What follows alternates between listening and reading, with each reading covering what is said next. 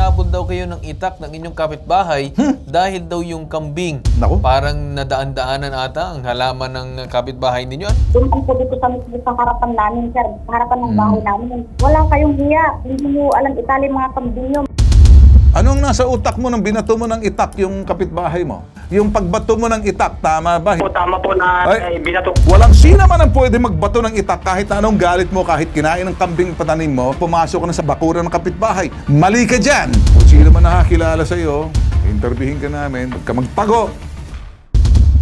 Hinabol daw kayo ng itak ng inyong kapitbahay dahil daw yung kambing. Naku. Parang nadaan-daanan ata ang halaman ng kapitbahay ninyo. Ano pong storya dyan, ma'am? Yung kambing po namin, sir, pumunta po sa kami nila. Pero wala na pong nakain, sir, kasi maliliit pa naman yung kambing namin. Wala nang nakain kaya inapakapakan na Wala po, ng sir. kambing. Opo, sir. Hindi pa siya nakatali? Kasi maliit pa lang yung kambing namin, sir. Maliit Sir, pala. tinali yung kambing. Ngayon, naligaw, napunta doon sa kapitbahay, napakapakan yung halaman, kaya nagalit yung kapitbahay. Tama ba? Pumunta lang po doon, sir, kasi yung mga damo, yun lang po yung damo yung kinain. Pang ilang beses na paikot-ikot yung kambing mo dyan sa kapitbahay? Isa lang, sir, kasi... So, unang beses pala nangyari ito. Yung... Opo, sir. Ngayon, hinabol ka ng itak ng kapitbahay. Tama ba? Hindi po ako, sir. Yung kapatid ko pong dalawa, sir. Ako po yung mismong gustong pasukin ng lalaki, sir, kasi nandito ako sa bahay namin, sir. Wala po ako kasama. Okay. Okay. Ngayon, ma'am, anong ginawa ng kapitbahay nung nalaman na palakad-lakad ang inyong kambing dun sa lugar nila? Lumapit ba siya sa inyo? Kinausap kayo? Ano bang kanyang reaksyon? Tinataboy po yung kambing, sir, na galit na galit. Tapos, dumaan po dito sa harapan namin, sir. Sa harapan ng bahay namin. Tapos, nagsalita po sila ng masama na wala kayong hiya. Hindi mo alam itali mga kambing nyo. Sige, okay, galit na galit, nagmumura. Kung ano nung pinagsasabi habang tinataboy yung kambing dun sa may bahay ninyo. Pagkatapos, anong ginawa ng inyong mga kasama dyan? Wala pa, sir, kasi mag-isa lang po ako dito sa bahay. Okay. Araw na yun, sir. Okay, Evangeline, may tatanong ako. Madalas ba yung kambing ninyo gumagala sa bakuran ng kapitbahay ninyong nagalit? Baka naman nadadalas, napapalbayaan ninyo dahil itong nakikita naman namin, may tali naman ng kambing niyo pero napakahaba ata ng tali, aabot hanggang doon sa kapitbahay. Di kaya?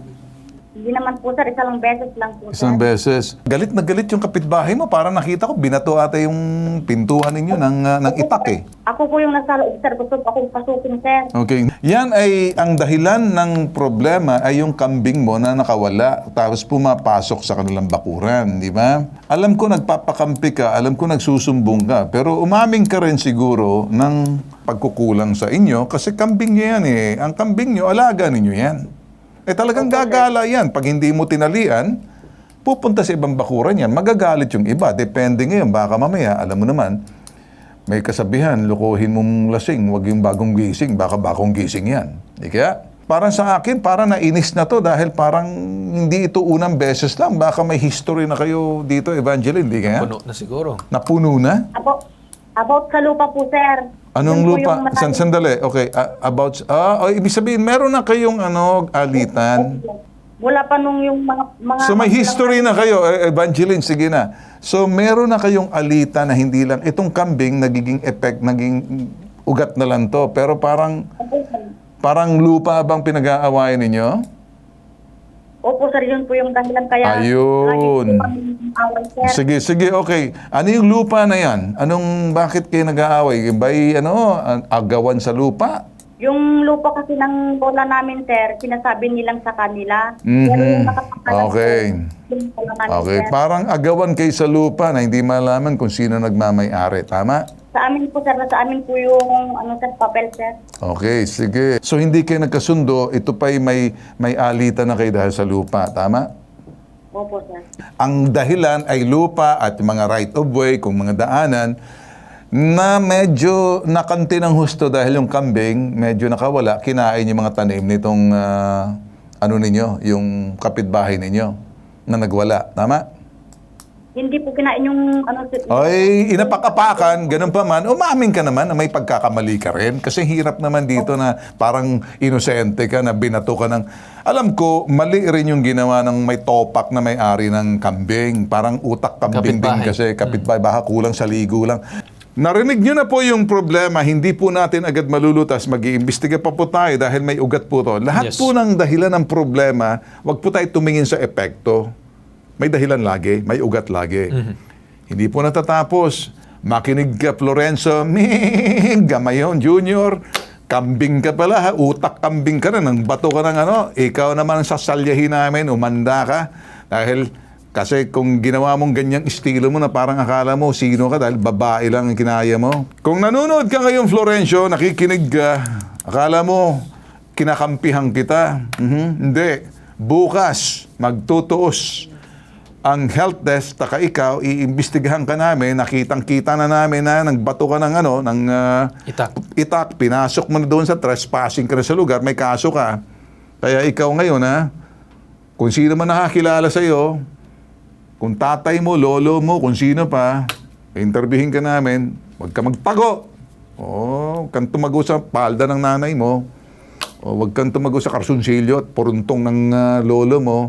Hahabulin ka namin dahil dito hindi po pwedeng siga-siga kahit nandiyon ka, anong probinsya mo. Lorenzo! Sir, Okay. So, anong nasa utak mo nang binato mo ng itak yung kapitbahay mo? Anong nasa, sobrang galit mo? hindi ganito po. Hindi, alam ko, kinain ng, yung pagbato mo ng itak, tama ba? Hindi. Opo, Hindi, tama bang ginawa mo, nagbato ka ng itak?